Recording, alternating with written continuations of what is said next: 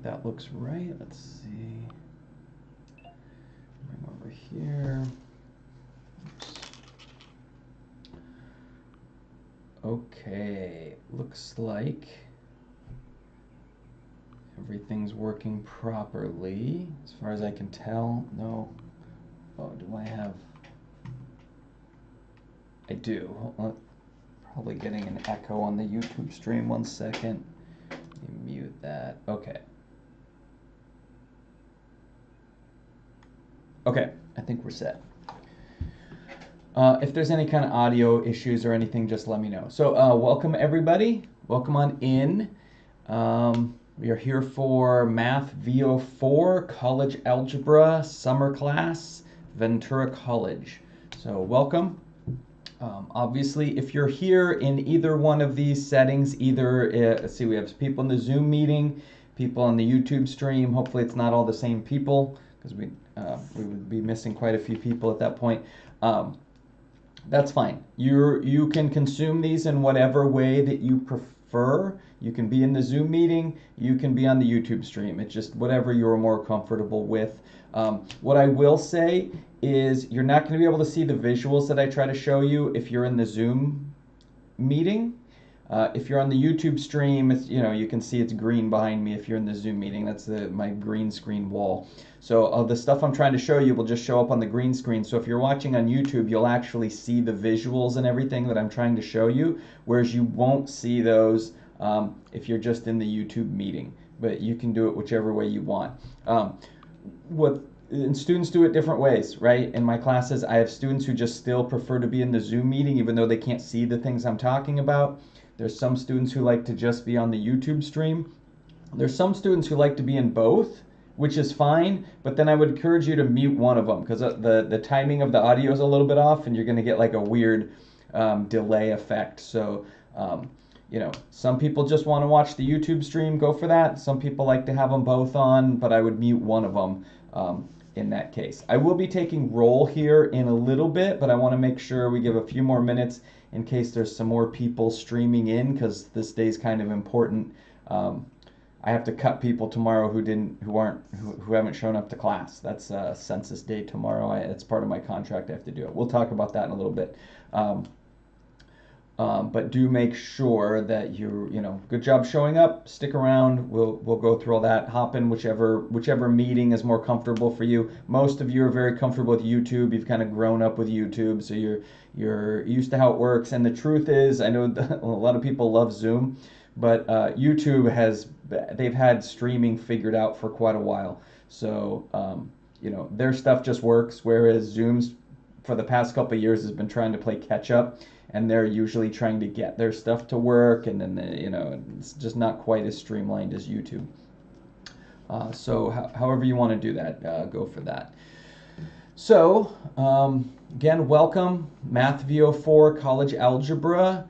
We're gonna go through the syllabus a bit today. Gonna explain things. We may or may not have time to get into actual mathematics. It actually kind of depends on how long it takes us to get through the syllabus and making you aware of all the things, how the class is going to work. So, you have to have an understanding of how the class works if you hope to be successful in the course, which, success is different for each of you. Some of you just want to pass the course.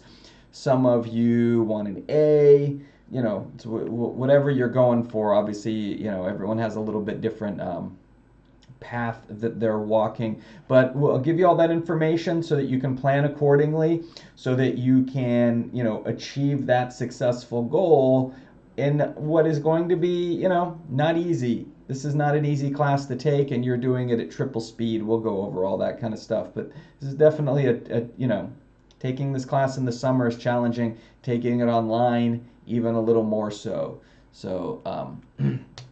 We'll get into all that. So I'm just at the top here of the Canvas page. So again, I'll reiterate, if you're watching on Zoom, you're not going to see the visuals that I'm referencing. You're just going to see the green screen. If you're watching the YouTube stream, you'll actually see the visuals that I'm talking about, which is, I would recommend that. One of the reasons I have the YouTube stream is each of the class sessions that we have will get put in a playlist, and then that playlist will end up on the front page of my YouTube channel there. So if in right now you're the only online summer class, so you'll be the only playlist right there.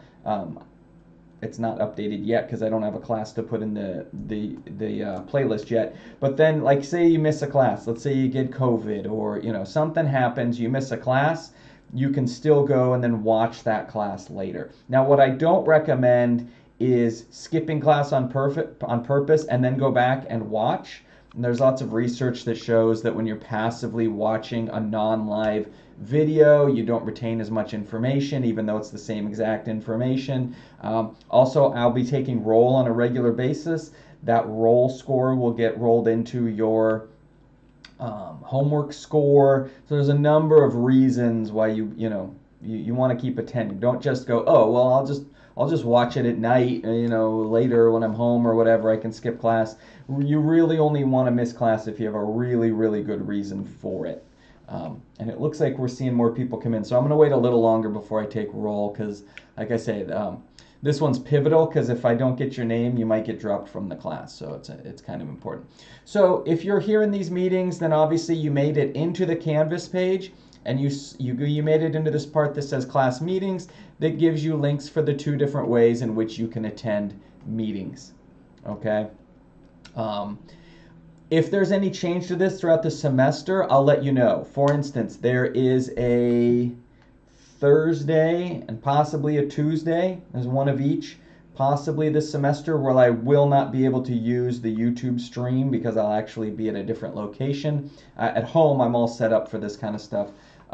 At my office at work is basically on a like a 9-year-old basic barely functioning computer, and then if I'm in other locations, I won't have my YouTube set up. So it's possible there'll be 2 meetings that won't have the YouTube stream. I'll let you know ahead of time unless it's an emergent. Like sometimes you get up and something just isn't working right, and then you don't have time to troubleshoot it. So you can expect most days both options will be open. There might be occasionally a time where we only have the Zoom meetings, and then I'll have to modify the Zoom meeting a little bit so I can show you stuff like that. But otherwise, whichever method you prefer. This is an online course, but it is synchronous, which means we don't meet in person, but there are required class meetings, right? I know it's the last few years, it's been kind of fast and loose with people going like, well, when we have an online class, it's just a free-for-all, it's just the Wild West, we can do whatever we want. That's not really the case, right? We still have to make sure that people are showing up to class. I still have to take roll, and there'll be points awarded for taking roll. So please make sure you're still doing that. So noon to 2 o'clock, Tuesdays and Thursdays is when we meet. Yeah, so I was trying to decide if I should mention this later or now. We'll just get into it. I want to make it clear that this class is technically a hybrid. No, sorry, it's not technically a hybrid. It's online synchronous. What that means is even though we do have required class meetings, we meet about half what we would in an on-ground class. So for, this class moves at triple speed because we're doing it in 6 weeks rather than 18. And sometimes I'll hear students come to me and say, oh, I heard that if you take it in the summer, it's easier because it happens so fast. Not the case at all. We are still required to teach the same material. We just have to do it 3 times as fast.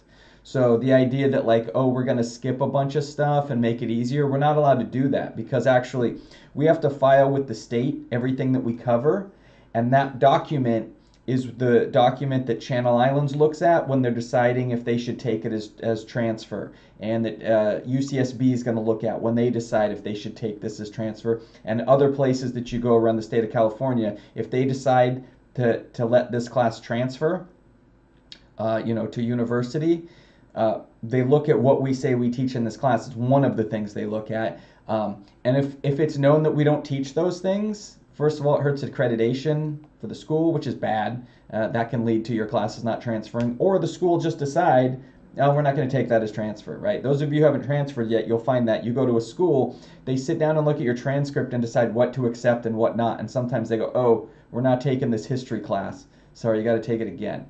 So obviously it's in your best interest to make sure that the classes you take will transfer. And in order to do that, we can't make it easy. We can't go easy on you. We have to make it legitimate so that UCSB says, oh yeah, we know Ventura College. They teach the class like it's supposed to be, even in the summer. So yeah, we take their summer transfer classes. So, you know, not to scare anybody, but just so you know, if you're coming into this because you heard that it's easier in the summer, that's not, you don't want to sign up for that. This is not. Right. I know most of you understand what you're getting into, and you've decided you're going to make that sacrifice for the next 6 weeks. But just be aware, you're taking what normally takes 18 weeks, and you're doing it in 6. So it's I'm not trying to scare anybody. I just want to make sure you know what you're setting yourself up for. This class will be, if you're going to be successful in this class is mainly what your life's going to be about for the next 3 weeks. Okay. We used to meet. When I've taught this class in the summer before, we'd meet for, I think, this didn't load right. We'd meet for 12 hours a week in class, and then you had like 4 hours of homework every day. So you're looking at like 7 hours a day that when this was an on-ground class that you'd be spending on it, and that's about the same now. So it's almost like a full-time job if you're going to be successful in a class like this over the summer. So those of you who are sitting there nodding, going, yeah, I know, that's exactly what I was expecting it to be like, you're great. You're already, you're going to be fine. Those of you who thought maybe you'd spend an hour a day on it, it's not going to work. It's definitely going to take a tremendous amount of effort to get through this class successfully. So, because it's a hard class, right? I mean, there's a lot going on, and we don't even meet as much as we would if it was an on-ground course. So there's challenges to it. So let's go to the second link here, which is the syllabus. We'll bring that up. So if you ever need to know something from the syllabus, please come read the syllabus, right? You definitely can message me with things, but if it's something that's just in the syllabus, I'll probably reference the syllabus and say, oh, look on the syllabus on this. So definitely see if your stuff can get answered before you check. Oh, and as far as contacting me, it's preferable that you contact me through Canvas than email. You can email me if you want. You're allowed to do that. But it's preferable that you email me through Canvas. And the main reason is I'm teaching more than one class right now. So I get these emails where someone's like, hey, when's the test? And then the first thing I have to do is spend 5 minutes figuring out like what class you're in and like all your information. If you message me through Canvas, it gives me all your info. I go, oh, I know what class she's in, and then I can sort of hone in on the question that you're asking. So that just works best. Message me through Canvas first, and if for some reason you want to send me an email, you can do that. It's just I might not be able to get back to you as fast. Because Canvas gives me all that information, I can usually like respond sooner than I can with an email. So, just keep that in mind. So, Math V04, College Algebra, Summer 2022. Here's our syllabus. The course is called College Algebra. I am Dr. Frederick. So, this is my, what did we just complete? 9 years at Ventura College. And I taught 4 years in Washington State full-time, so 13 years full-time college professor, tenured college professor. I've taught this course a ton of times, very familiar with it. I have not taught it as many times online. I think I've taught it maybe 2 times online. But I'm comfortable with the course, right? I'm good with it. So, I grew up in Northern California. Grew up there, got my bachelor's degree in mathematics at Sacramento State. I went to Colorado, got my PhD in Colorado. Went and worked in Washington State for a couple years, 4 years, and then made it back to California, where I've now been here for 9 years. So that's who I am. My office, let's see, is this, yep, that's my new office. So I am teaching a class on Monday, Wednesdays, so I am on campus at certain times.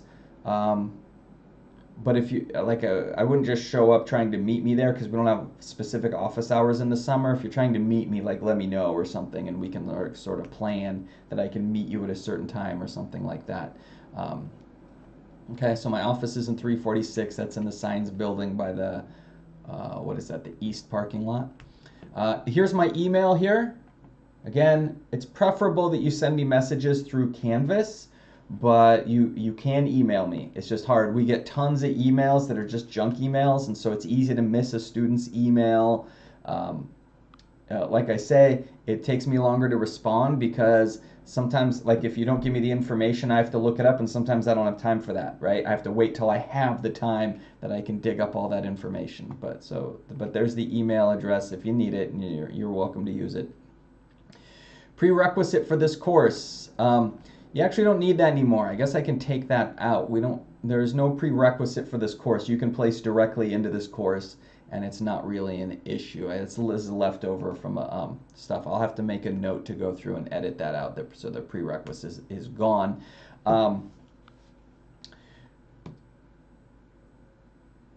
Right. So the textbook is called College Algebra by Blitzer. Now, this leads to confusion. So you can see in the syllabus, I've said specifically, do not buy any class resources until we meet on the first day of class. I get there's other places where I know students want to try to find the lowest price on stuff. Believe me, I'm sympathetic. I remember waiting tables to put myself through college. I get it. Stuff's crazy expensive. It was ridiculous when I went to school, and it's worse now than when I went. I get it. The problem is, one of the things the book publishers have done is they now have a million versions of the same stuff, right? And so what happens is students will go off and say, oh, I found this somewhere else cheaper. And then they wait around, it takes a week or whatever for the book to show up. And then when it does, it turns out, they didn't buy the exact right thing, right? They didn't get the exact right license that they need. And so they just spent all that money and they don't get what they needed from it. So I'll show you what you should do. We're going to get into homework in just a minute, but I will tell you how to go about and buy what you need to buy for the class. Okay, we'll go through that in a minute.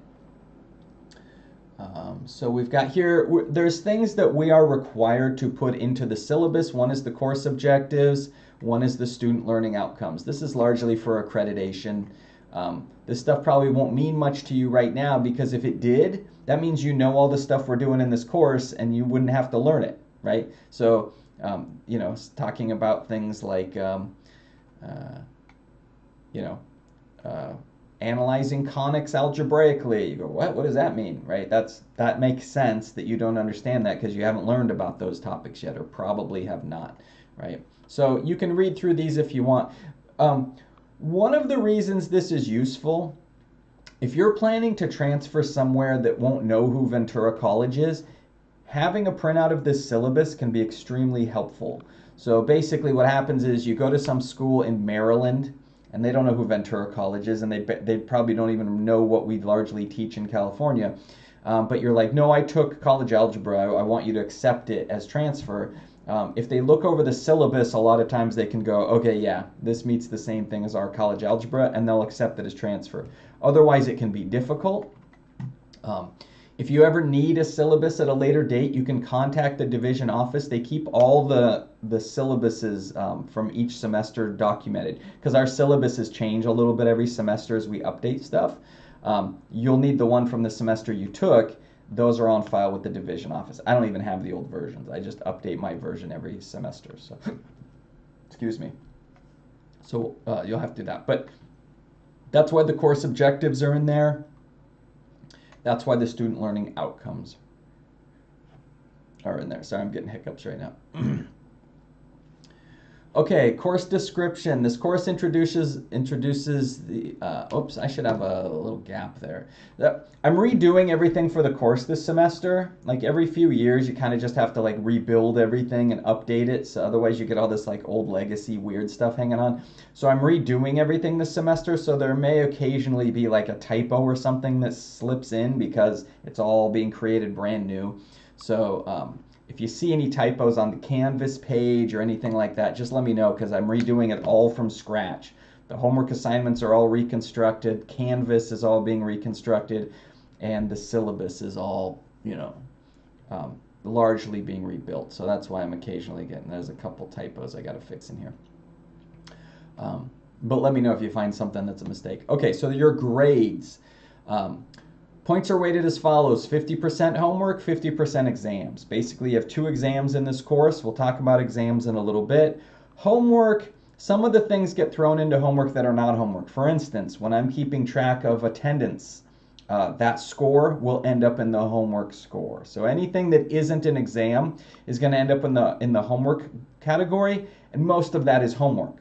Okay, most of it is homework, and so it's totally homework. But occasionally there'll be like attendance, and you can say, well, attendance doesn't seem like homework. It depends, right? We could kind of make a stretch that it is. So that's where things are going to end up there. Traditional grading system with the 90, 80, 70, 60 becoming an A, B, C, D, or F grade on the transcript. And, so you want to make sure you see this, and to earn a grade or C or above, students must maintain 70% in each category of homework. Oops, see another typo, I have participation in there. Need to get that out because that just got rolled into homework. Basically what that means is a lot of times at the beginning of the semester, you know, there's a tendency for students, especially after a couple weeks in, to start to get lazy and go, I don't think I need to do the homework. I'm going to skip the homework and just do really well on the exams. Well, as a person who has had thousands of students, I can tell you that doesn't work.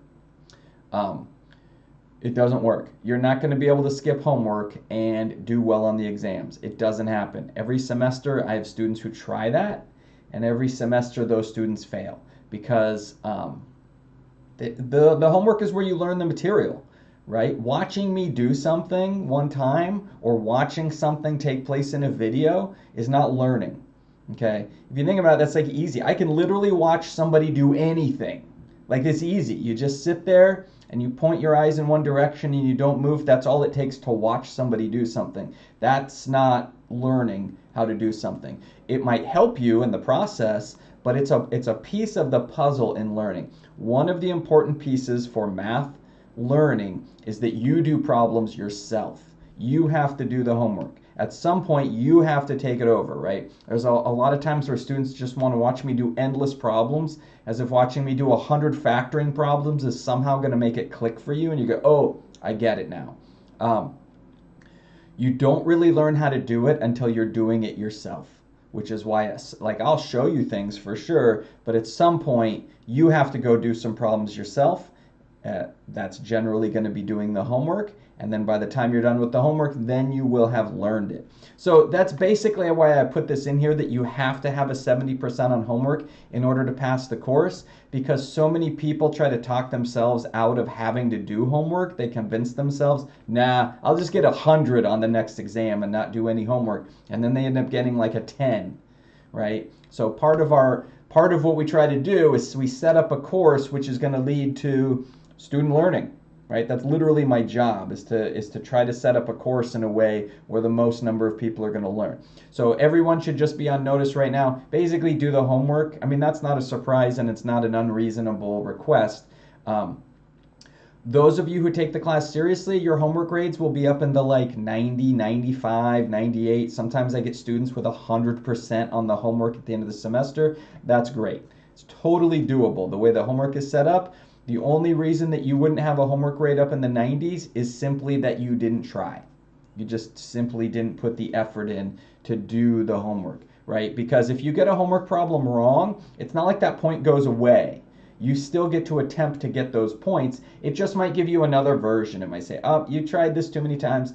I'm going to give you a different version of the same problem. And you work on it till you get it, okay? So, you know, just make sure you do the homework, and then, you know, you're largely going to be good to go. Also, I would say in general, don't shoot for a 70% in the class. That's a thing we see sometimes. If you shoot for a 70% in the class and you come up a little short, then guess what? You get a D in the class. So even if your thing is like, I only need to pass the class, I don't really care about getting an A, if that's you, still aim for a 75, right? Because then if you come up a little short, you've now got a 73. Okay, and then you still get to pass the class.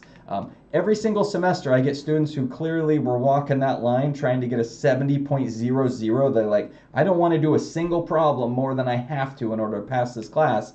And then those students come up short, 68s and 69s, and then they're asking me to like bump them up. But why would I bump you up if you did the minimum that you could do? It just doesn't make any sense, right? So you know, if you're just trying to do enough work to pass the class, aim for a 75, something like that, right? Then when you come up a little low, you're still going to be in the passing zone. Okay? That's my recommendation. And take the homework seriously, right? That's another thing. I always get students, you know, I'll get students at the end of the semester asking me to bump them up. The first thing I look at if I ever go, "Oh, maybe I made a mistake, let me go look at the grade." First thing I look at, how much homework did they do? Oh, you only did 75% of the homework? Why should you get a bump up grade? You didn't do the work, right? So homework grade, way more important than people tend to think it is, right? And you'll be amazed how much you actually know the material better because you did the homework. You don't learn it from watching me. That's a start, and that starts to help you understand what's going on. But the full learning process is going to involve you actually doing problems, questions. Okay? Okay, so with that said, yeah, let's start right there. Let's go ahead and do roll. Okay, let me see if we have proper names here. Okay, so it should be pretty easy on Zoom because it looks like everyone's got their normal name there. So here's the thing about the YouTube stream. It's not private, right? You were able to get there with a link. So you don't necessarily have to put your full name on there. You can just put your first name and then the first letter of your last name if you like, right? I don't want to break anybody's privacy. But this is one nice thing about the streams, the Zoom stream and the YouTube stream, is we can use chat. You're also welcome to use chat when I'm talking. Appropriately. Use it in an appropriate way, and that's fine. That chat can be used. I've seen the chat used appropriately during classes very often. In fact, most people are pretty good about how they use it. They use it in a responsible way, but it can be helped. What I will ask is if you are on the YouTube stream, if you could please, and you can just do this normally when we get here when class is starting, if you could put your first name and then just the first letter of your last name. If you're uncomfortable putting your full last name, don't worry about it. Don't put it. But put your first name and the first letter of your last name. If you could put that into the YouTube chat, it'll just make it a whole lot easier for me to take roll here. There we go. Perfect. Great. That's what we want to see. Okay, give me a few minutes to take roll here. And then I'll explain why, especially on day one, super important that I get roll taken correctly. So let's see. We got Aldo Perez.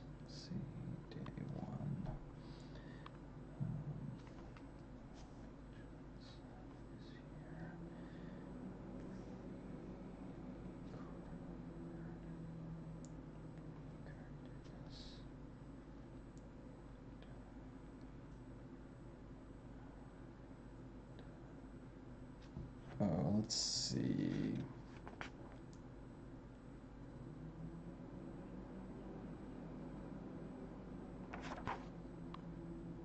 Oh, here we go.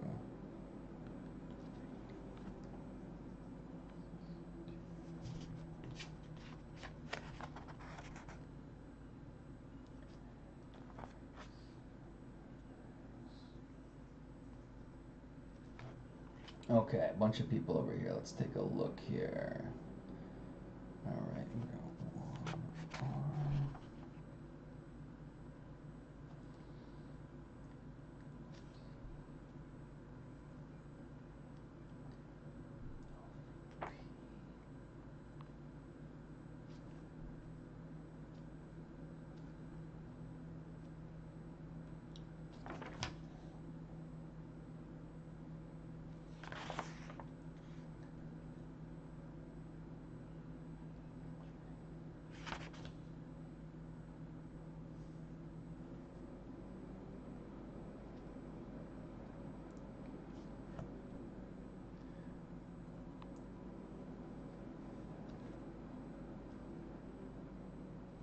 Uh-oh. Oh, okay.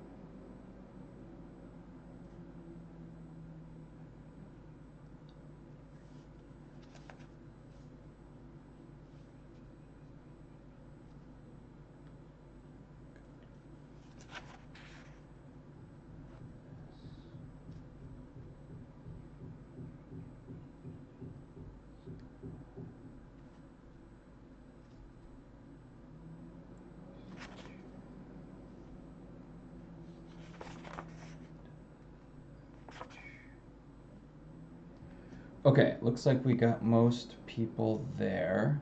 It's possible I missed someone. So I'm just going to read the names of people that oops, what do we have here? Someone in chat.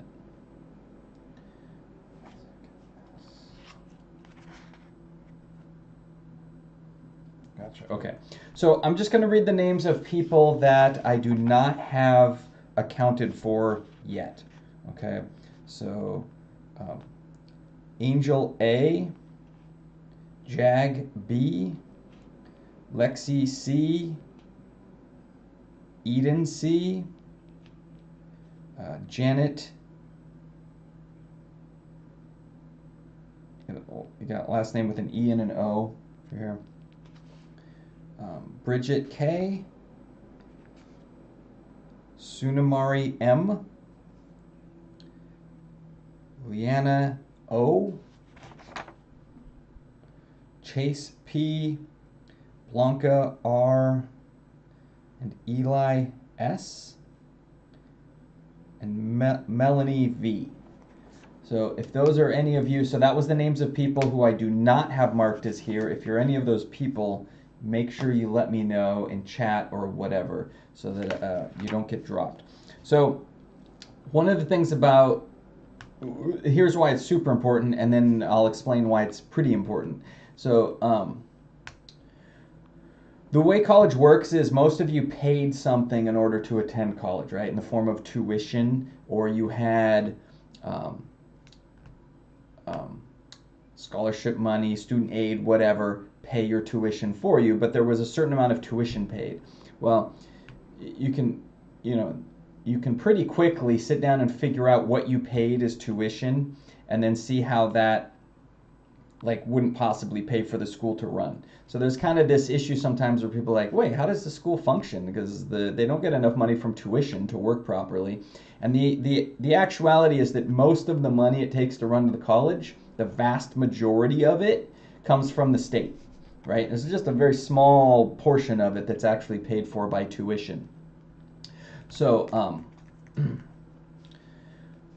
so basically what the state says, well, since we're paying for these students to go to college, we want to make sure that they're actually showing up and participating. So we have this thing called census, where it's in my contract. There's not that many things that we have to do as a college professor. One of them is I have to do census. And census in the summer comes, like everything, comes super fast. That is, census is tomorrow. So tomorrow I have to go through the class, and anyone who looks like they haven't participated yet, you get dropped from the class, and you won't be re-added because we don't add students after census.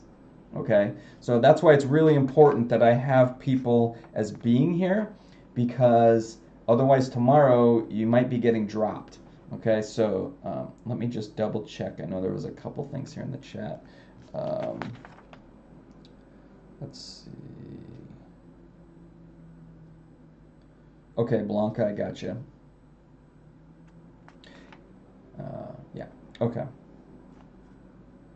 All right, I got you, Blanca. Yeah, I was having my YouTube, because I have the YouTube stream running just to make sure everything's okay. And I noticed my stream was getting messed up for a minute or so, but it seems like it's settled down and better again.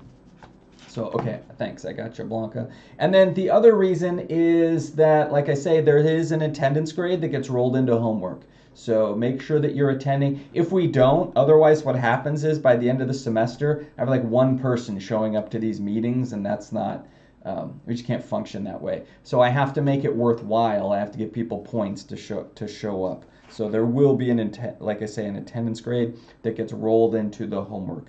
And we'll have to take a little bit of time each day to do this. Okay, so I think I got all that done.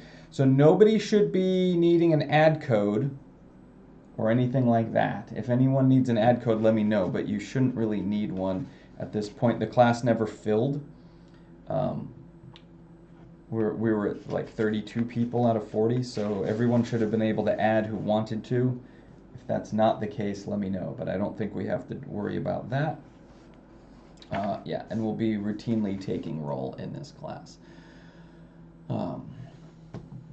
Okay, let's see, things I want to say. Oh, and then just a heads up. So yeah, about the meetings and how we're going to interact with each other. So if you come into the Zoom meetings, I have it set up so that when you enter the Zoom room, you're automatically muted. Now, this is not, don't take this as disrespect. We do this with each other on campus. That's actually just good.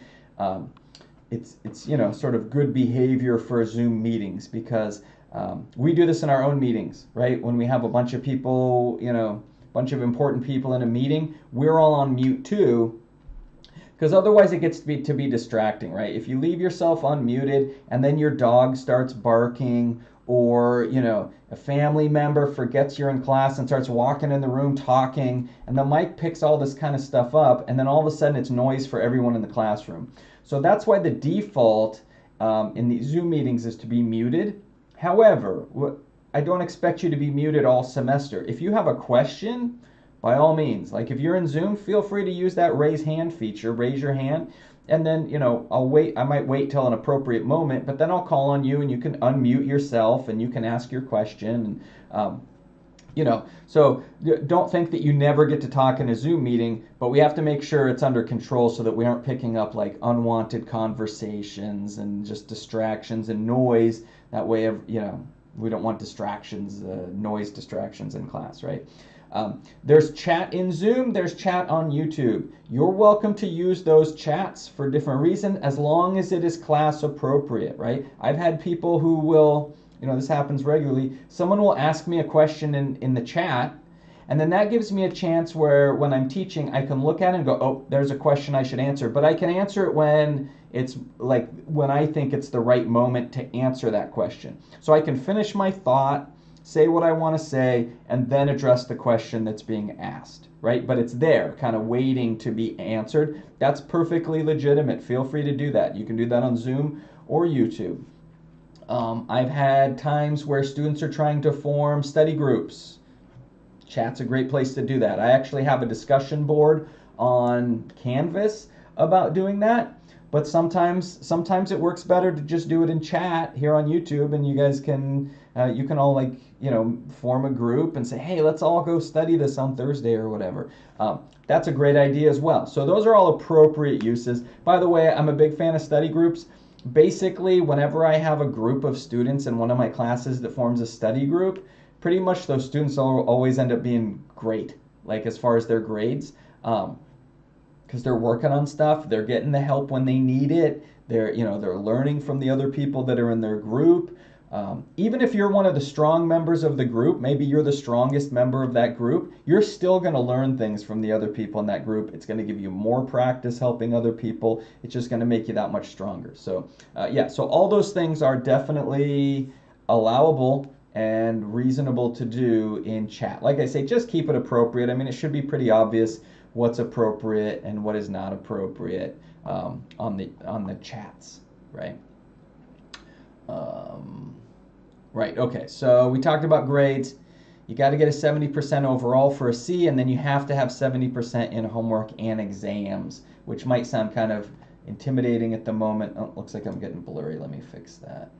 But we'll talk about why it's not as scary in a moment. Oh, it's trying to get me to update something. Let me see. Remind me later. And then we will autofocus. There we go. That looks right.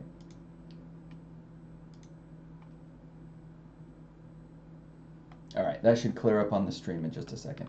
Okay, with that said, let's move on to homework. So homework will be done online using my math lab. Why is it not? And there we go. There we go. Okay. Homework will be done online using my math lab.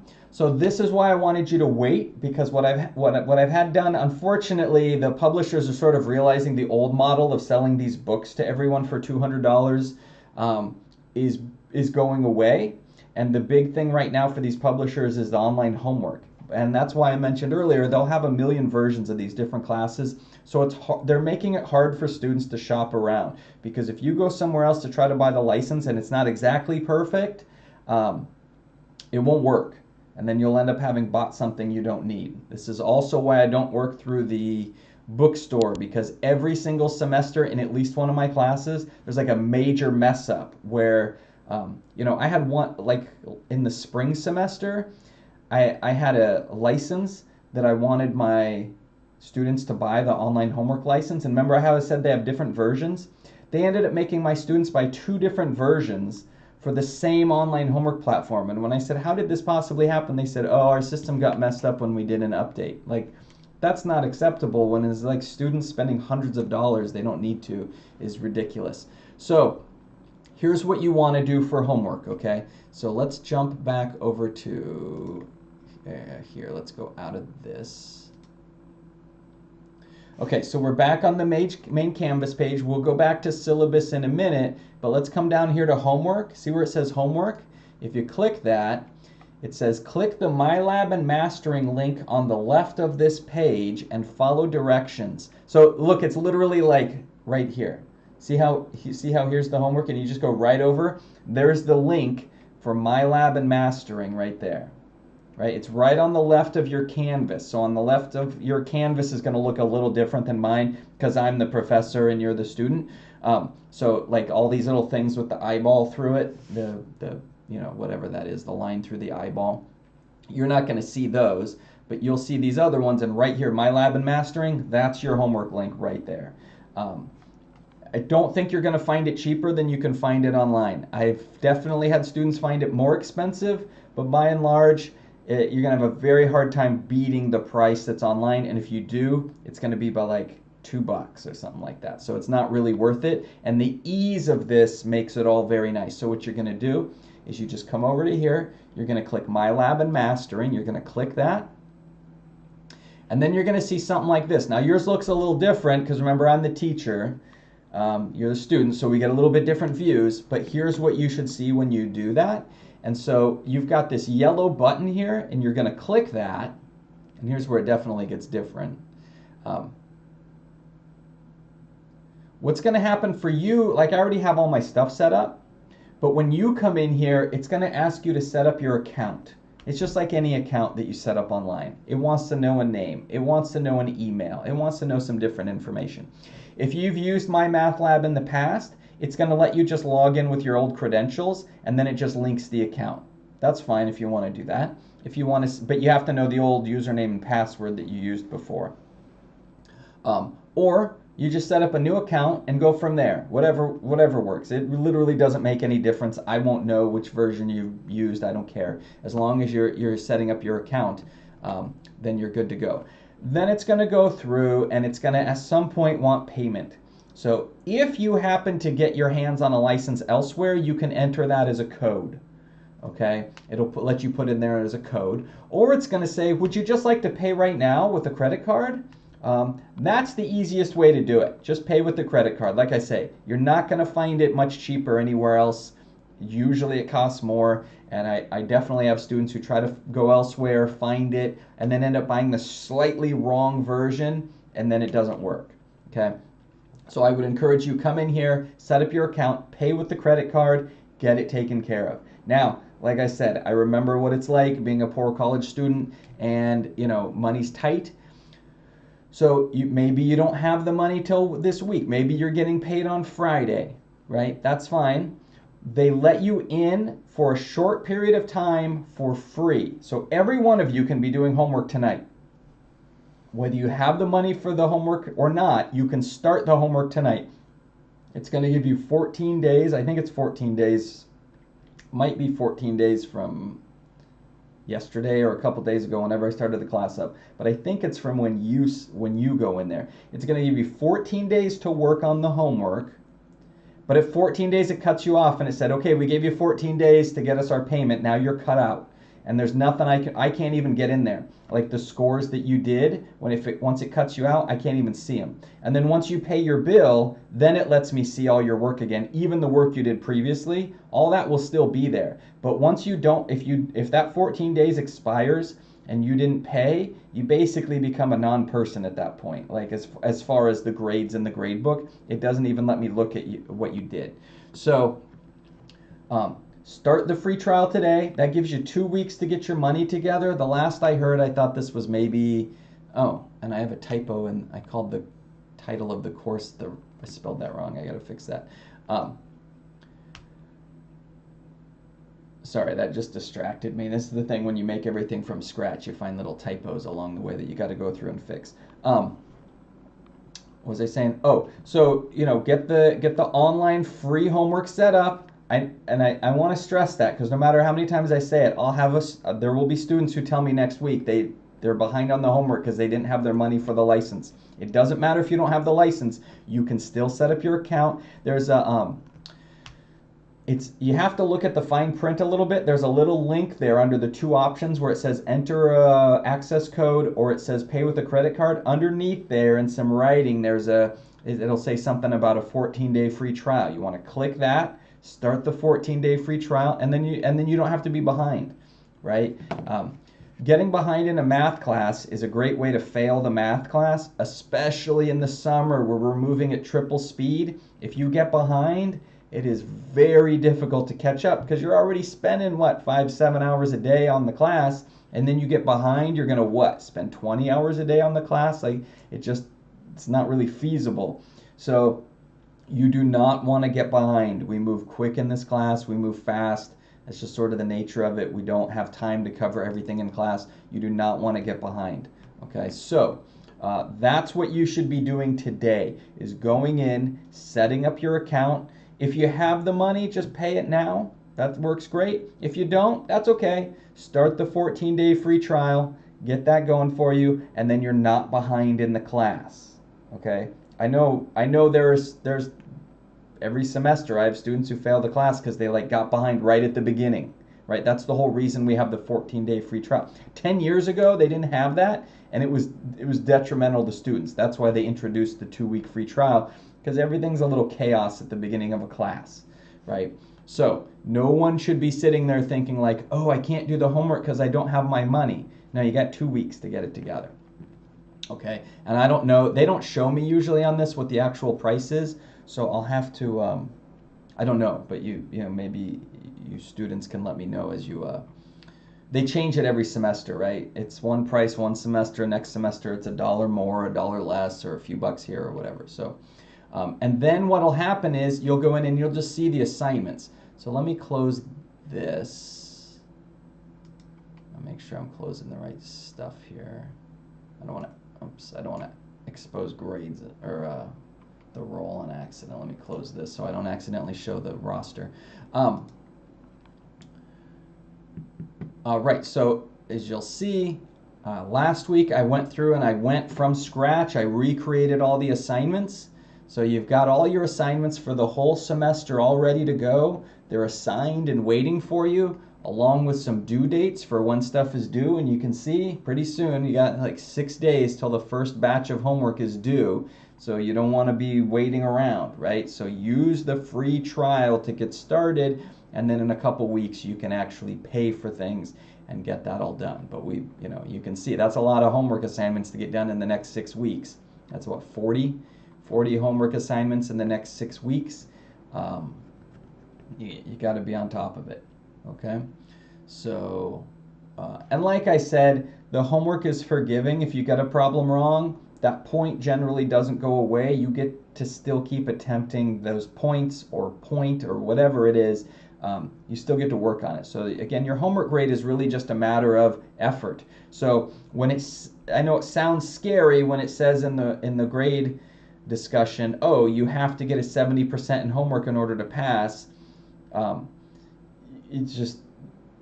It's not that hard to do. Just do at least 70% of the homework, and like I say, you really should be doing 95% on the homework. So it's not an unreasonable requirement for the course. But all your homework assignments are up, ready to go. You can work ahead if you want. In fact, I recommend you work ahead, because what's going to happen is you can see we have all these assignments due on the 27th, and then you go, okay, maybe you get them done on the 23rd, and you're like, oh man, I'm totally ahead of things. Well, notice how many assignments are due on the 4th? A lot. So if you wait till July 1st, and then you're like, oh, I'm gonna start the next batch of homework, you may find that it's a little overwhelming, because each time we have homework due, there's like a lot of homework due. So don't be afraid to work ahead and try to get some of that work done ahead of time. It's just the summer moves just ridiculously fast, right? And that's kind of what everyone signed up for if you're here. And then, so your homework grade, so if we go where to, let's see, I have to do this in a way it's not gonna,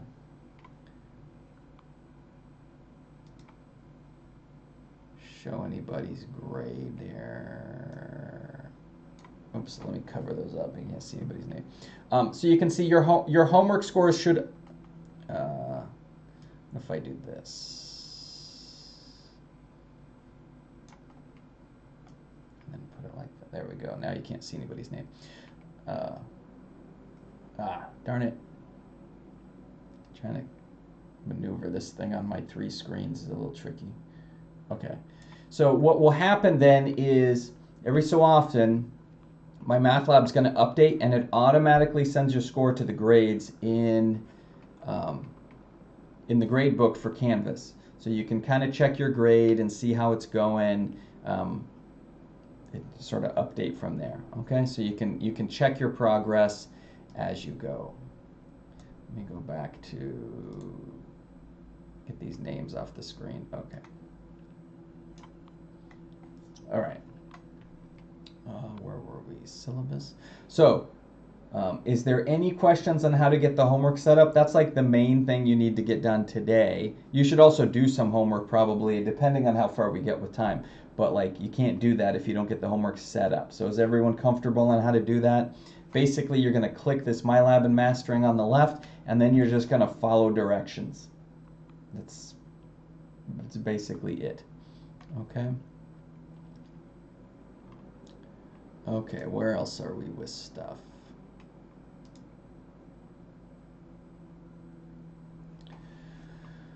Okay, we got those things, student learning outcomes, homework. Oh, some people wonder about homework. I'm sure most of you have had online homework before at this point, but those of you who haven't, students ask me like, well, I did the homework, but how do I turn it in? It's all automatically done. When you do a problem and you check it to see if it's right or not, it's recording that. So basically all that information is recorded along the way. There's no turning in. You're turning it in as you do it. There's like a submit button, and like each time you do a problem, it's submitting. And you'd be amazed the data that's being tracked about you when you're doing the homework. This is one way where we're able to monitor cheating. Because we can see all sorts of stats about how you're doing problems, and if you're doing problems faster than I can do them, then that's unlikely that you're doing them correctly, right? So there's there's a lot of information being tracked. The bottom line is it's tracking that score as you do it. You don't have to worry about a quote-unquote turn-in. How do I turn in the work? Now, some students get confused and think, oh, well, it's online and it's really hard for me to not write stuff down. That's a statement that I hear sometimes. You should be writing things down. You should have scratch paper. You should be filling scratch paper with scratch work and writing all this. You're not supposed to do the problems in your head. You should be writing them down. You just don't have to turn in that scratch work to me. Okay, but yeah, you should definitely be writing things as you do them. The chat when we create. So here's a great question. When we create an account for the My Math Lab, do we use our VC email? It's totally your call. It's not a bad idea. Most of our students go their entire time at Ventura College and never check their Ventura College email a single time. Other people use it as their main email. It's just whatever works for you. Just make sure it's an email that you can access, because if you ever forget a password or something, they're going to email you a password reset, so you have to be able to get in there. But you don't have to use your Ventura College email for the sign up. It's whatever you're comfortable with. Okay. Yeah, that's a good question. Glad you asked that. It is a good idea to check that Ventura College email once in a while. The school does send you stuff that is informative for students. You know, you've been probably getting messages about COVID and how that's changed over the years. Sometimes they send out a survey or just important information about stuff. So it's a good idea, but we also know from the feedback we get that very few of you ever check that email. But you got an email automatically when you became a student. That's how we contact you, because we don't know what Gmail account is yours or whatever.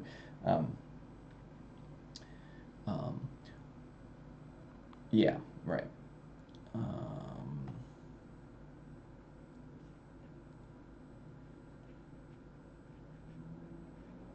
So participation is mainly just that kind of stuff's going to get rolled into attendance. Rolled into attendance, but then it's going to get rolled into homework. So there will be attendance points, maybe some other participation points along the way, depending on how the class runs, how we're doing things. Sometimes, every class has a little bit of a different personality, and sometimes you've taught a class a bunch of ways, but just the personality of that class is different, because the personality of a class is composed of the personalities that are in the class. So sometimes you have to make adjustments for stuff, but by and large, the participation stuff should largely end up being attendance, showing up and actually being here for the meetings. Okay, exams. So you have 2 exams in this course. You'll have one approximately in the middle, not exactly, and then you'll have one at the end. And there is 2 ways. I'm still sort of writing not 45 minutes ago now, but like 45 minutes ago before class, I was still kind of really tweaking the details of how I want to do this, so I may have to update the syllabus a little bit. But basically, you're going to have 2 options for the written tests. Well, there's the midterm and then there's the final, which will be handled slightly differently from each other. We're going to have one day that's let's just talk about the midterm first, and then we can talk about the final exam later. That's 6 weeks off. Right now, we'll just talk about the midterm. In about 3 weeks, you're going to have a test. It's going to cover the first half of the material for this course. Now, I'm giving you 2 options about how you can take this test. It's a little tricky in a math class online. If we're careless about how we set things up, then people tend to cheat on the test, right? Like I told you how it was, the homeworks track people. I mean, that's kind of one giveaway, especially in some of the other classes I've seen where, we've had coworkers, they'll have a student who completed an entire Calc 3 test in 7 minutes. And it's like, I couldn't complete the Calc 3 test in 7 minutes, and you did it and you got 100% in 7 minutes. I doubt it, right? So a lot of those people ended up getting pinched for cheating. But I prefer to just set the class up in a way that's going to discourage the cheating anyways, right? So you have 2 options about how actually there's 3 options we'll go into. So the first option, you can take the test online in the Ventura College Testing Center. Okay, it's proctored. I know everything's on the up and up. Nothing weird's happening. So I'm a little looser about the rules in that situation, because I know you're in a proper environment and you're following the rules because it's a proctored environment. So in that case, if you decide that you're going to show up to the Ventura College Testing Center and take it that way, you will get to retake the test if you don't like your score, right? So you take the test, you don't do as well as you would have liked, you're going to get a second shot at it, okay? The other way you can take the test is it will be during class. Now this one's going to be a little more time crunched because we only meet for 2 hours, hour and 50 minutes, something like that. It'll be a little bit time crunched. The tests will be slightly different versions of each other because they're being given in different modes. So you'll have, those tests are not going to be identical. The one that's during class I don't know, I haven't written them yet, but it might be a little more, have a few more problems. I'm still working out exactly how I want to do this. So you can take it during our Zoom meeting. Basically, instead of me teaching a class, you'll be taking the class. You'll be taking the test. So right before class, I'll release the test. And then you'll have the test at the end of class. It's just like normal. You write everything out on a piece of paper, and you write what your stuff is, neatly organized, all that kind of stuff. Then you're going to immediately scan the PDF and send it to me. Okay, so that's one option. In that case, you do not get a retake. Whatever you get on that first test, that's your grade that's going to stay how it is in the book. Okay, there's a second option where you can take the test, like I say, I'm going to post it right before class. You're going to have the hour and 50 minutes to take it, and you're going to send it to me. But what you're going to do is, if you choose to have your camera on during that time so that I can watch you in Zoom, and making sure you're not just putting everything in a computer or something like that, so I can monitor what's going on, you also will have the option to retake that exam as well. Okay, so you can retake the exam under those circumstances. So basically what I'll do is I'll be monitoring everyone taking the test. If you have your camera on, I'll make note of who has their cameras on. And then at the end, you're just going to show to your camera the different pages that you have written, so I can just verify you didn't write anything else later on there. And then you'll scan the PDFs to me, and then I'll grade it like a test. And under those conditions, you can do the retake as well. So there's two ways in which you actually get to retake the test. The only way in which you don't get the retake is if you take it during class and you keep the camera off, so that no one can, verify what's actually happening. In that case, you got to live with the grade that you get on the test.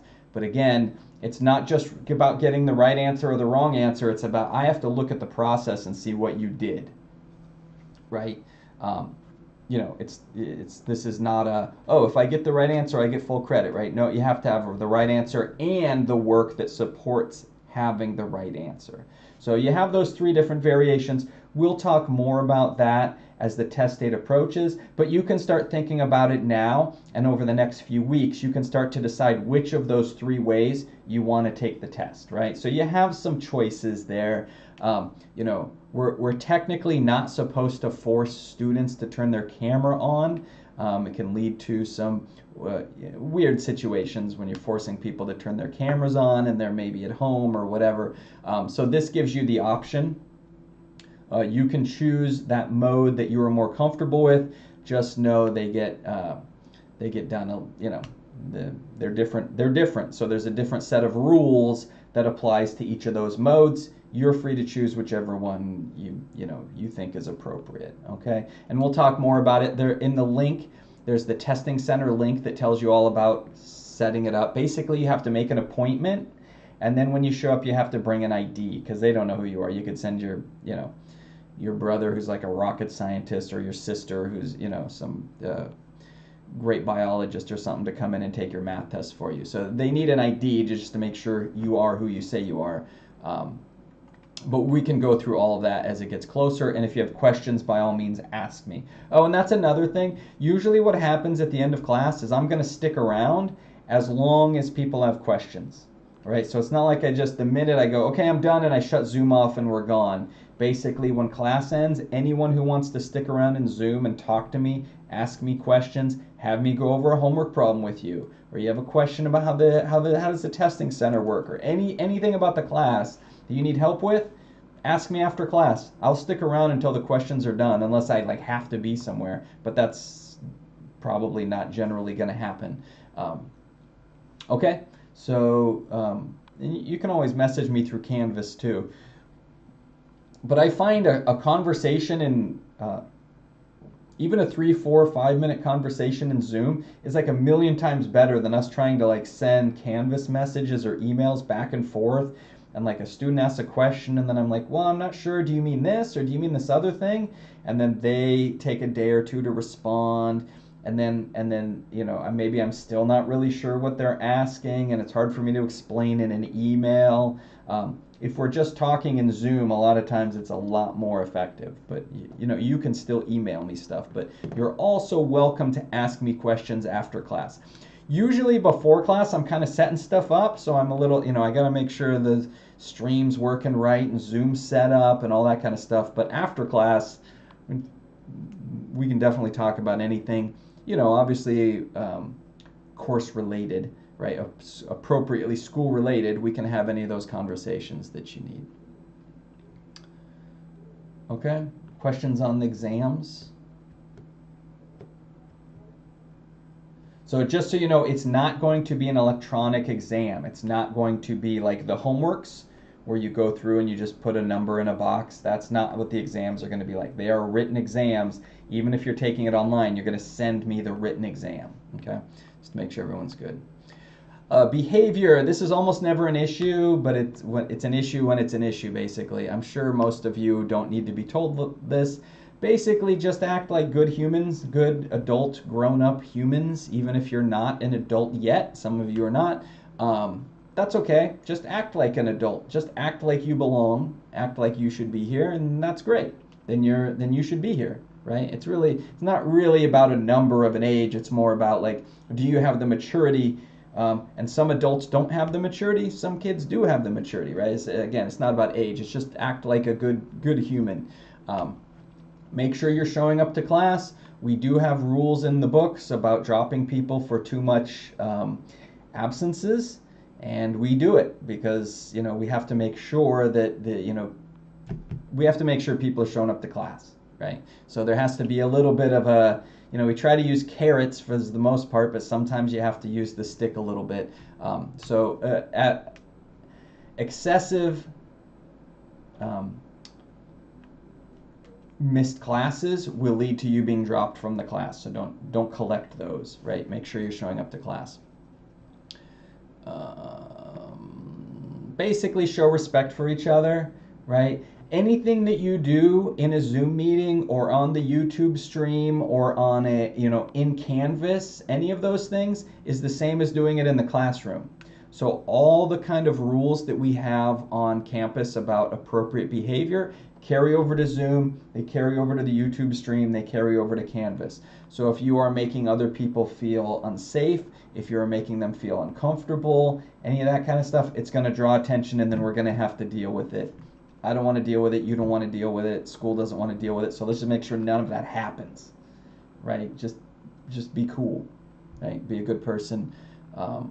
The thing about learning is you can only learn in an environment where you feel safe and where you feel comfortable, right? And, you know, depending on, you know, what you listen to outside of stuff, you may have heard things about safe spaces. I mean, the reality is if you don't feel safe, you can't learn. Right, this is true. Like this, they've shown this. Even low levels of anxiety impede learning. This is why, you know, I'll have students come to me and they'll talk to me about, like, basically their lives are falling apart in the middle of the semester, and it's like, you know, it's okay. Don't worry about it. Like, you know, I've had students with horrible things happening in their lives, and it's like, okay, you probably just are not going to be able to learn this math right now because you have so much of this other stress on you right now, you know, like just tragic things that happen. You just can't focus on a class because you got all this other tragic stuff going on. And it's the same way if we have people coming to class thinking they're going to be laughed at or made fun of, or they're going to be discriminated against or anything like that. It impedes that person's ability to learn. So just kind of keep in mind, none of that kind of negative behavior is acceptable, okay? There's no need to be talking during class. If you have something appropriate, throw it in chat, and then I might call on you or answer your question or whatever you need. But obviously there shouldn't be inappropriate conversations taking place. No cheating, and then tardiness is bad, obviously. Okay.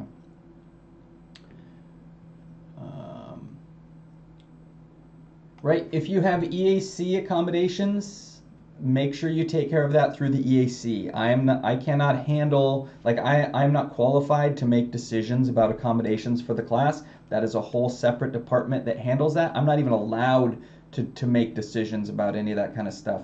So basically I do what the EAC tells me to do.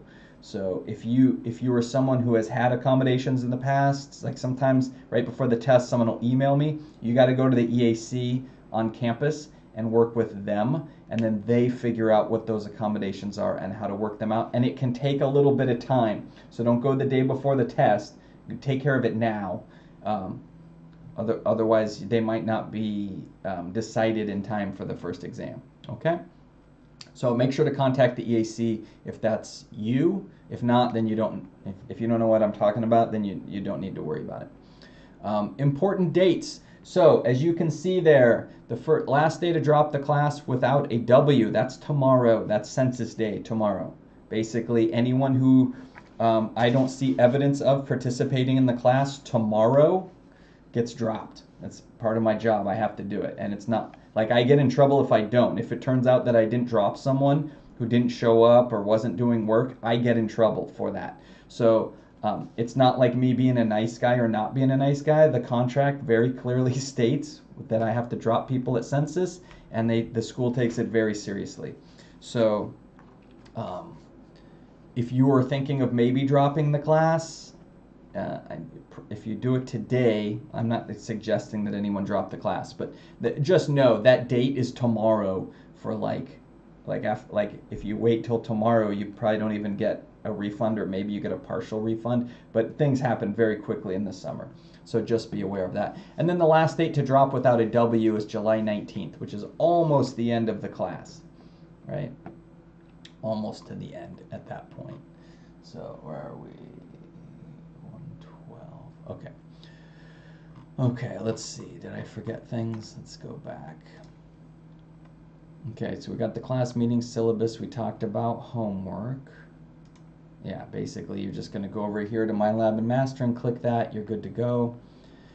There's the modules. Oh, I know a thing. So one of the things that we're required to have now in our, it's kind of weird how they do this, and this is, the reason this is such a big deal is because accreditation, the accreditation of the school basically is the legitimacy of the school. You don't want to go to a college that is not accredited, right? We in the fall are up for accreditation. The school will be looked at for accreditation.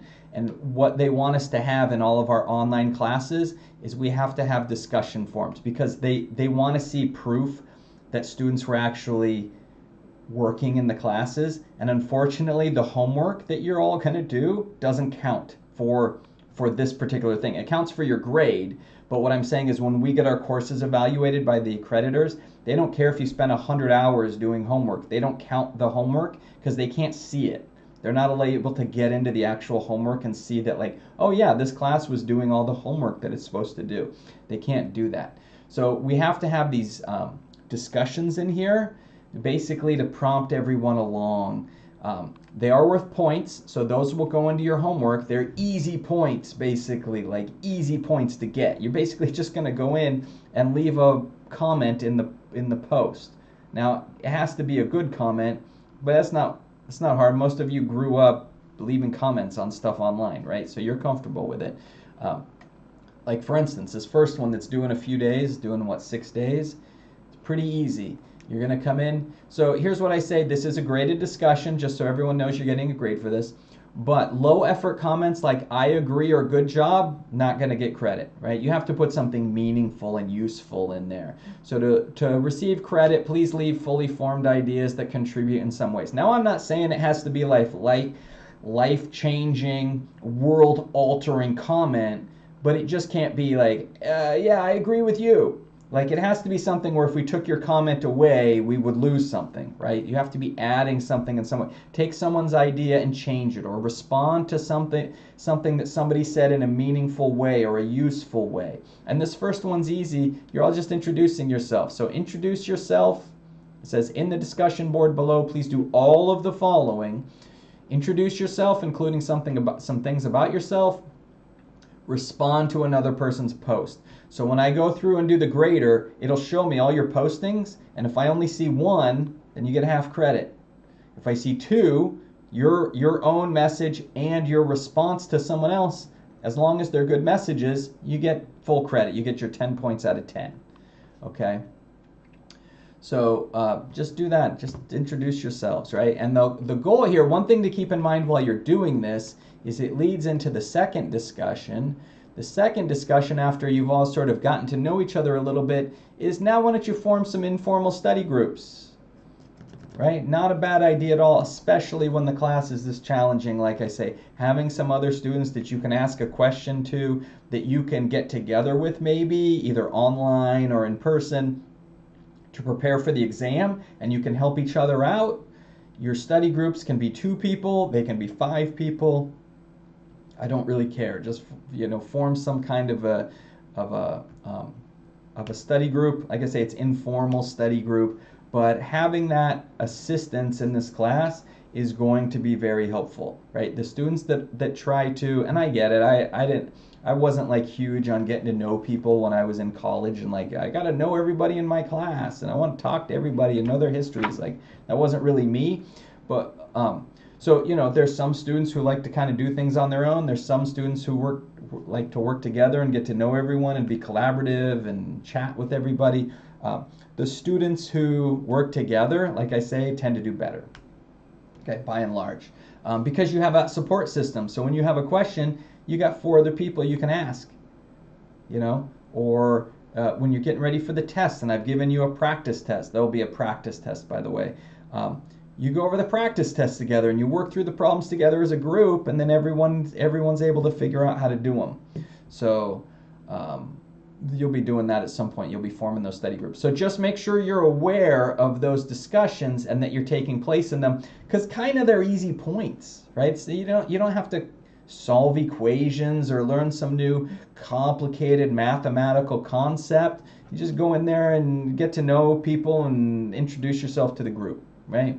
Easy points. So make sure you're aware of those and that they're coming up as we go, okay? Basically, there's a chapter, we call these modules in Canvas, these groupings.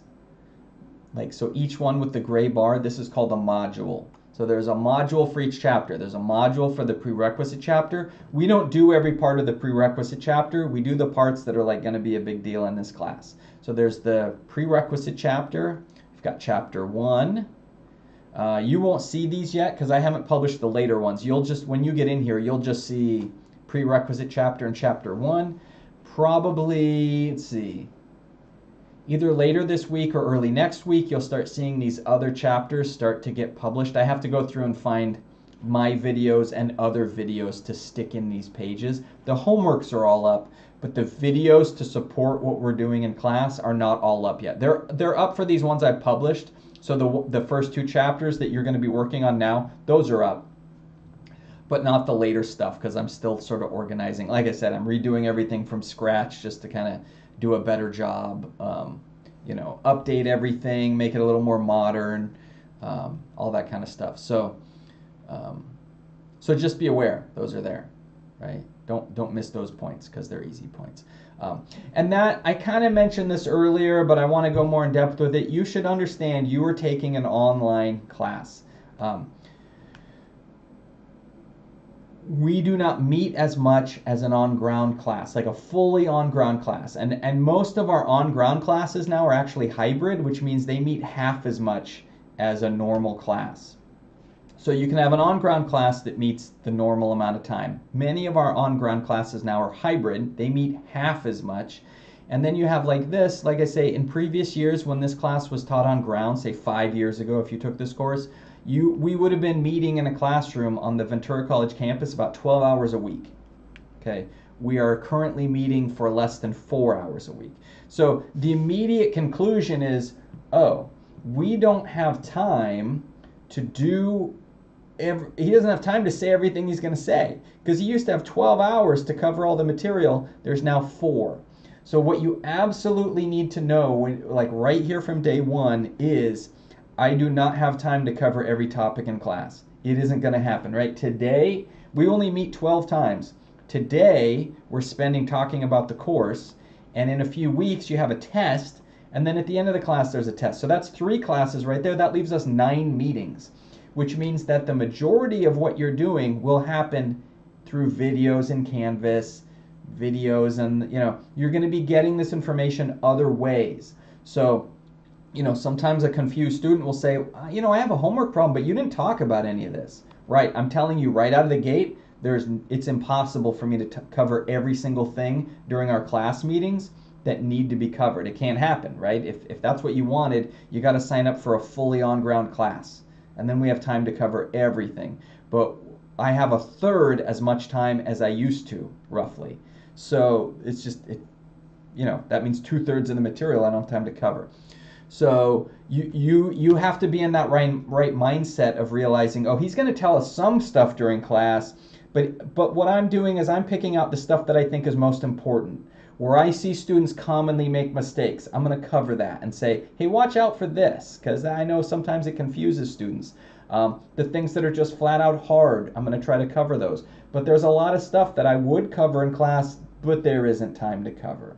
So you're going to have to supplement with other stuff. Now there's a question here, will the videos be in Canvas or the My Math Lab? The answer is both.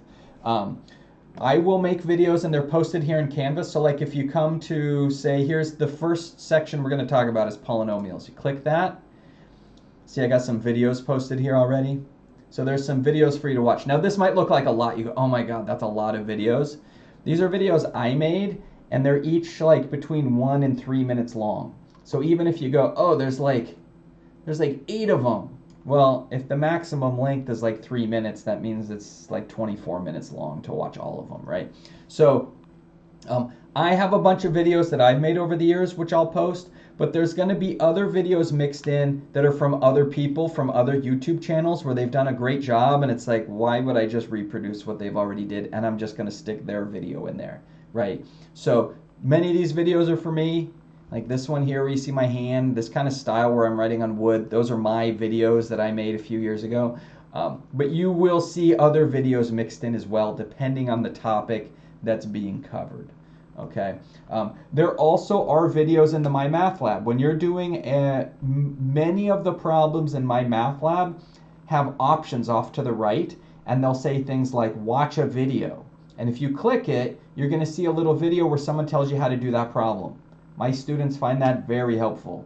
I definitely hear students go, oh, I didn't know how to do it, but then I watched the video and then I got it. Sometimes the videos are not great, but most of the time they're really good. Every once in a while I'll have a student that says like, oh, well, when I watch the video, they're doing like a different kind of problem. So, you know, sometimes it's not exactly perfect, but by and large, the videos that are inside the My Math Lab are targeted to help you with the exact problem that you're working on. I will have videos posted here in Canvas that are trying to round out the stuff that I didn't have time to cover in class. And some of these will be long. There might be a section where there's an hour-and-a-half video for one section. Well, that, you know, if I didn't get to cover that section in class, you kind of need that hour and a half to learn that kind of material and figure out what's going on. So I know it seems like a lot, but what you want to keep in mind is, you know, there's 8 hours of time we're not spending together in the classroom. It makes sense that that time just becomes videos instead, right? Because you're taking an online class. That's kind of how it works, right? So keep that in mind. And then is there one other place that the videos show up? I don't think so, because I didn't end up using that other thing. But yes, they will be in My Math Lab. They will also be in Canvas. They're separate videos. The videos that are in Canvas are not the same ones that are on My Math Lab. So a good idea to look at all of them. Now, here's the thing. Do you have to watch every single video that I've posted in Canvas? Maybe you do. Right here I have a bunch of stuff on polynomials, adding and subtracting polynomials, multiplying polynomials. Maybe you totally remember how to add and subtract polynomials and you're just able to do the homework without watching the videos. Okay, that's fine. But if you're having trouble, you should watch the videos. That's the thing that I see happen sometimes is students are struggling and then I'll say, well, did you watch the videos? No. Okay, well then that makes that, there's your problem. That's why you don't know how to do it, because you didn't watch the videos. So that's fine if you feel confident and you're going to skip the videos and do the homework. But if you're having trouble, if you're struggling, then watch the videos, right? So hopefully you kind of have a sense where you know what you need as a student, and when you start to struggle, oh, I should go watch that video now and see if I got it figured out. If you know how to do the adding and subtracting of polynomials, skip those and go to the multiplying of polynomials, right? Basically, if you need the help, get the help. Okay, if you need that extra assistance when you're doing that. Yeah, that's good, and we have a little more time, but feel free to throw questions in the chat. So far the questions that have come through have been great questions, so if you have questions, throw them in there and I can clarify stuff for you. Let's see, things I wanted to mention. We got modules, we showed grades, announcements. You should have gotten the one announcement that I sent out, I think yesterday.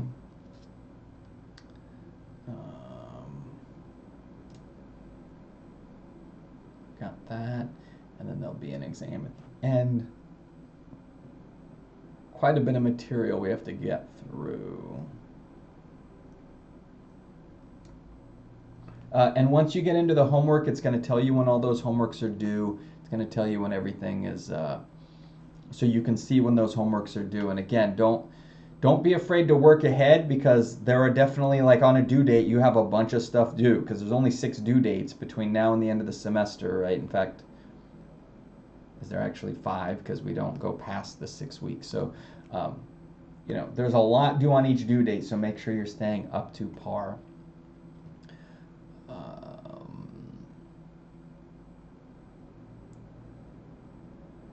Right.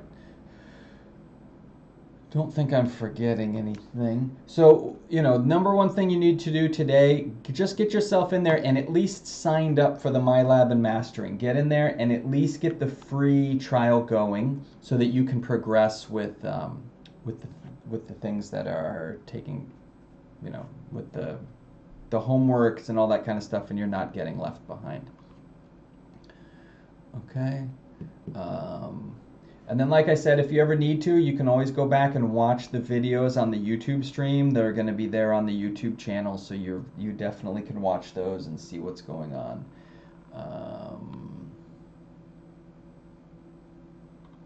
Right. The first couple chapters we're doing, like the book calls this one prerequisite chapter, but the reality is even chapter 1 should all be prerequisite stuff for you, right? If you took algebra, whether you took it in high school or you took it in college, it's getting harder to take algebra classes in college now. But just because of the state law made us restructure how we run math departments. But you hopefully have seen all of this stuff before. So hopefully the prerequisite chapter and chapter 1 are not terribly complicated for you. You may have forgotten some of the stuff, and that's okay. You'll probably learn it a little bit faster because you kind of remember doing it before. But also, don't get lazy about it. Some students do these first 2 chapters and they're like, I totally already know how to do all this stuff. It was in my algebra class. And then they get kind of overconfident. And then when they get into the harder stuff, especially like chapter 3, like once we hit chapter 3 is a big step up, right? And then all of a sudden students get kind of blindsided because they're like, nah, this stuff's totally easy, I'm fine. And then when we get into the heavy stuff, they're like, are behind, but they can't catch up because also the new material is like much harder for them, and then that can be hard. So really at this point, the goal is to do more than you need to, not less. Like get yourself ahead, and then when you hit those parts that slow you down because they're harder and more complicated, well, if you're already ahead on a few other assignments, then you have that extra time to spend on the more difficult new material. Right, that's going to be, you know, more complicated for you. So let's see, where are we on time? About an hour and a half, and I'm supposed to give a 10-minute break. So that technically gives us about 10 minutes, but I can't really get into any material really in a meaningful way in about 10 minutes. So what we will do is we'll kind of call it a day there. Here's what we want to see when we meet in 2 days. Hopefully all of you will have gone and set up your accounts for the My Math Lab, right? Again, you do not need to have your money to go in and set up your account. You don't need money for about 2 weeks. So go in, set it up, make sure you have the ability to do the homework. Oh, I know what I wanted to mention. So the My Math Lab unfortunately uses pop-ups. That's like when you check your problem, a little pop-up will come up and tell you whether you got it right or wrong. It's kind of inexcusable that they still use pop-ups because modern browsers are designed to block pop-ups, usually by default. So what you might find is that your computer is set up in a way where My Math Lab is not working right. Here's what I have found over the years is the best way to make sure that your homework is working. Do not use Microsoft Edge, and do not use Safari, Apple Safari. Don't use either one of those browsers. Those browsers are they're built into the OS, and they're really serving other purposes than like helping you. They don't play nicely with My Math Lab. Okay, there are plenty of times where I have students telling me like, I can't get my account set up. and I say, okay, can you come to my office and I'll help you out with that? And they do. And the first thing I say is, have you tried it with Chrome or Firefox? And they go, no. And I say, download one of those. They do, and then it works. Like a lot of times, like 90% of the time, that fixes it right there. You either download Chrome, download Firefox. Those are modern browsers. If it's still not working in Chrome or Firefox, then just go onto Google and just type MyMathLab Chrome not working or whatever. And what's going to happen, there's going to be a little video, like you can find a YouTube video that's just going to tell you exactly how to change so that you allow the pop-ups for that site. But like I say, 90% of the time just switching to Firefox or Chrome fixes it. Okay? But most of the issues seem to happen with people that are on Microsoft Edge or the Safari browser. And a lot of times it doesn't play nicely on your phone. So I would not recommend, I mean, phones are so tiny, I would never want to try to do homework on a phone anyways, but I know people do what they have to do, right? But a lot of times the homework does not function correctly on a phone. So make sure you have some kind of computer that you can go to. We have computers on campus that are free to use for you. You can just go to the campus to what we call the LRC. It's kind of in the middle of campus. It's like what we used to call a library. Go in there, and there's computers that are literally just meant for you to sit down and start using. We call it the beach. And those computers are free for you to use.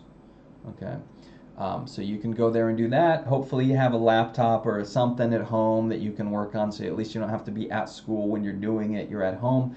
You can work on that kind of stuff and get the homework completed. But I would say make sure you try to do the homework today. Like get the assignment set up, go in there, get your account set up, and then yeah, start doing the first few assignments if you can. But get in there, get that set up, so that way if you're really having a problem getting it set up, then hopefully I can get that squared away with you by Thursday.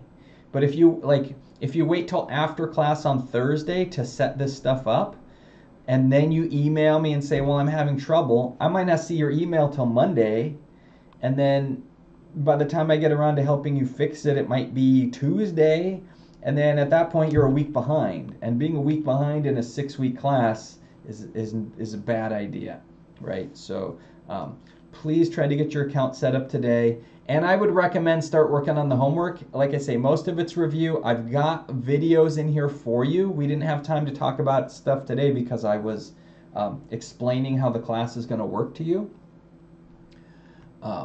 But I would say go in there, get the homework set up, start working on it, and why not? Why not just get this first discussion taken care of? Just go in there, introduce yourself, right?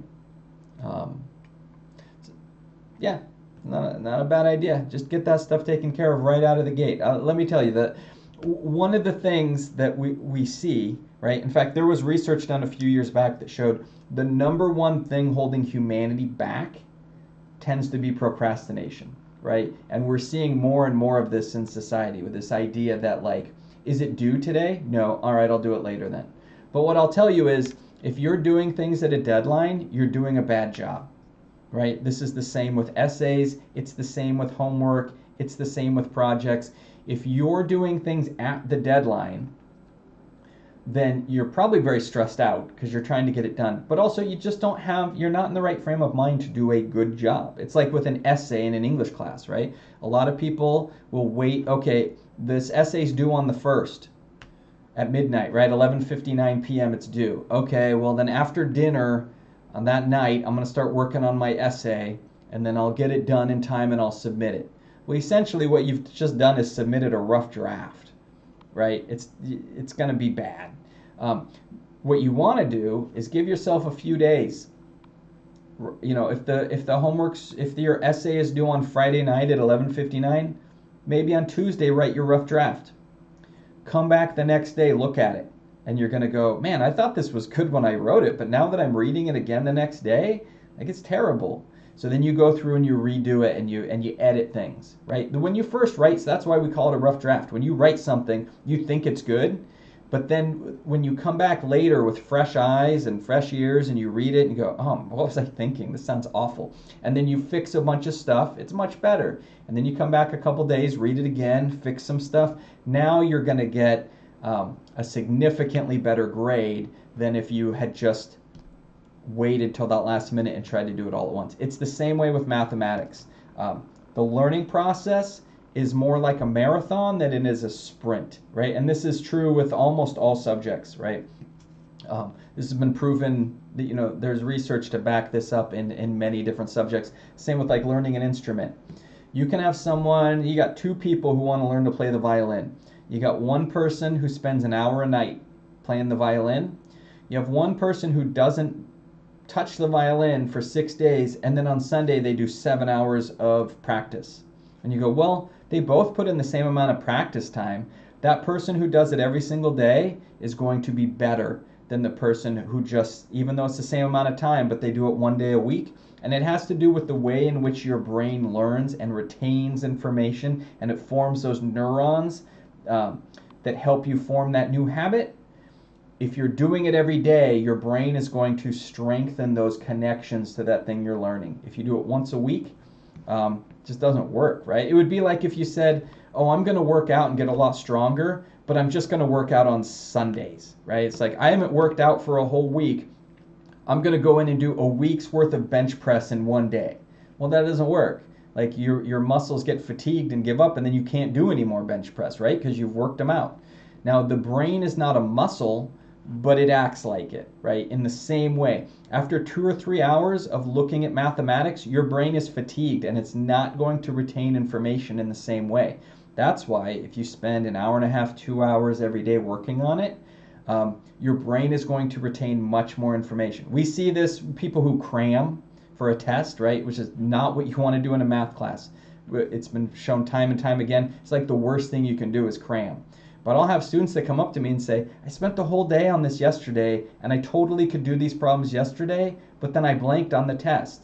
Yeah, that's because you tried to learn everything in 1 day, and after 2 hours, your brain was fatigued, like the person who's trying to do a week's worth of bench press. They give up. Your brain just says, I'm tired, I can't do anymore. And even though you're able to do the problems, it doesn't retain those problems. So one of the best pieces of advice I can say for a summer class like this is you have to be putting in the effort every day. You can't go, I'm going to skip today and do it tomorrow, and then it starts to build up. You just won't be able to retain that information in the same way. Let's see, we had someone else show up here. Okay, gotcha. Okay, so like I mentioned, I will stick around in Zoom. Generally, this is how class will end. And right now, if anyone has a question, feel free to throw it in either one of the chats. But what will happen is at the end of each class, I will turn off the YouTube stream, and then I will go in and I will archive it and put it in that playlist that's going to end up on the front page. So if you ever need to go back and look at something, just go to the YouTube channel, find the video right there, and then you can watch whatever you need to watch. I will leave Zoom open until people stop asking me questions. So basically, anyone who wants to speak to me, you think you have a special situation or a special question that you didn't want to ask in class or whatever, hop over into Zoom, use that Zoom link that's there in Canvas, hop in there, and I'll answer whatever questions you want. We'll do that every time we have class. I'll be able to like talk to you after class when we're kind of bringing things to an end, okay? So I'm going to go ahead and turn off the YouTube stream, but I will leave Zoom open for, you know, a reasonable amount of time for people who want to transition over and ask me something. I'll give you a few minutes to do that. Otherwise, I'm going to shut things down. I'll see you in a few days. I encourage you to start working through these homework assignments. You can see when the due dates are. You want to get stuff done well in advance of that. Start working through the prerequisite chapter and chapter 1, and the next time we meet we'll actually go over some mathematics in class. But remember, I only get to cover a small fraction of the amount of math that we need to cover because we just don't have the meeting time for that, right? We don't meet enough hours in an online class to cover all that material. Okay, thanks everybody. I'm going to shut down the YouTube stream, and I will see you in a couple days. Talk to me in Zoom if you want.